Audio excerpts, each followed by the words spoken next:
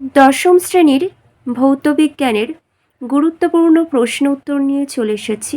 খুবই গুরুত্বপূর্ণ, এগুলি সবারই জেনে রাখা খুবই দরকার। চলো দেখে নিই। বায়ুশক্তি ব্যবহারের সুবিধাগুলি উল্লেখ করো।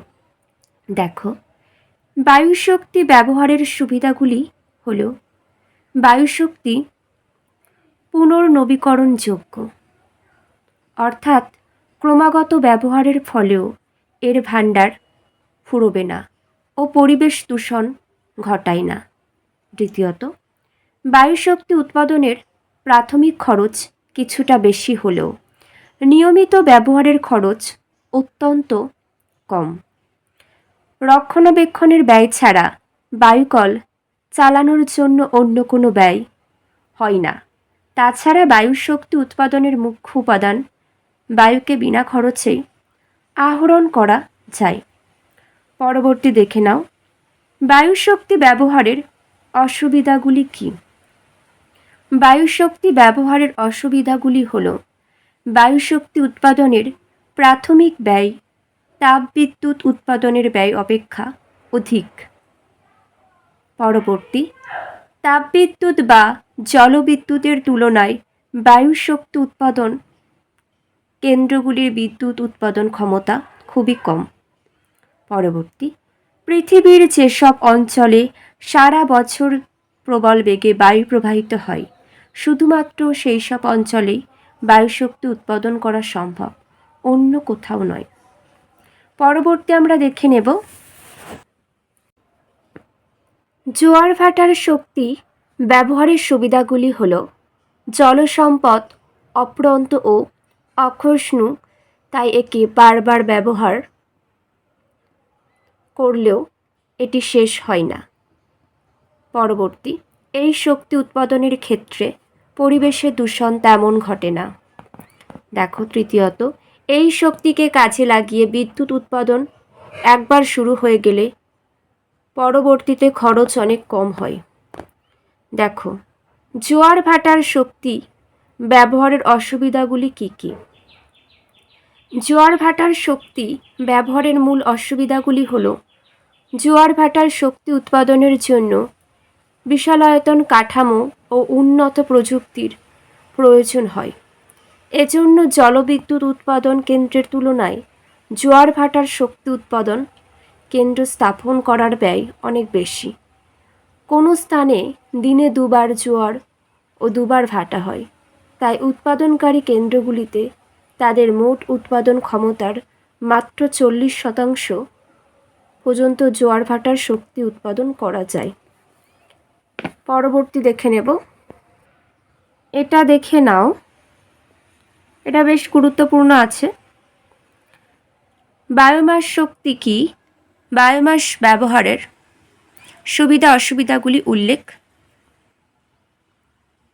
করো। দেখো, কৃষিজাত বর্জ্য, পচা গাছপালা, আখের ছিপড়ে, ধানের তুষ, রান্নাঘরের অব্যবহৃত জৈব অবশেষ, প্রাণীর মলমূত্র, মৃত প্রাণীর দেহাবশেষ প্রভৃতি বিভিন্ন কার্বন ঘটিত পদার্থ তথা বায়োমাসের মধ্যে যে রাসায়নিক শক্তি সঞ্চিত থাকে তাকে বায়োমাস শক্তি বলে। বায়োমাস ব্যবহারের সুবিধা হলো, বায়োমাস একটি পুনর্নবীকরণ যোগ্য শক্তির উৎস।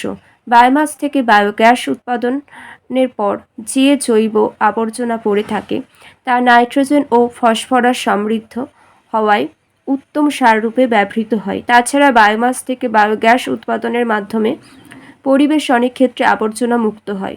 বায়োমাস ব্যবহারের অসুবিধাগুলি হলো, বায়োমাসের তাপন মূল্য কম হওয়ায় এর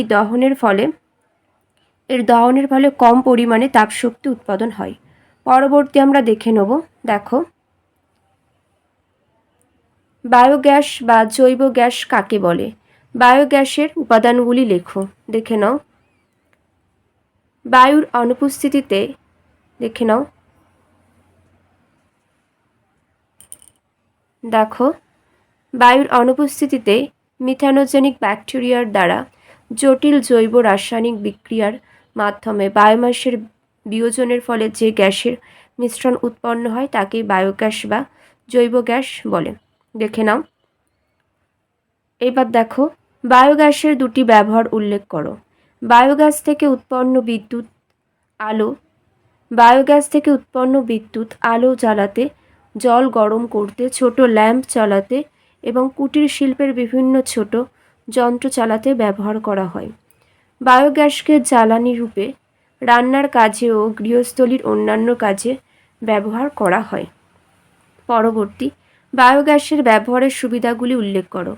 বায়োগ্যাসের ব্যবহারের সুবিধাগুলি হল, বায়োগ্যাস উৎপাদনের ক্ষেত্রে প্রয়োজনীয় কাঁচামাল আমাদের পারিপার্শ্বিক বর্জ্য পদার্থ থেকেই পাওয়া যায়। বায়োগ্যাস উৎপাদনের ক্ষেত্রে প্রাপ্ত উপজাত পদার্থগুলি উৎকৃষ্ট সার হিসাবে ব্যবহৃত হয়। দেখে নাও।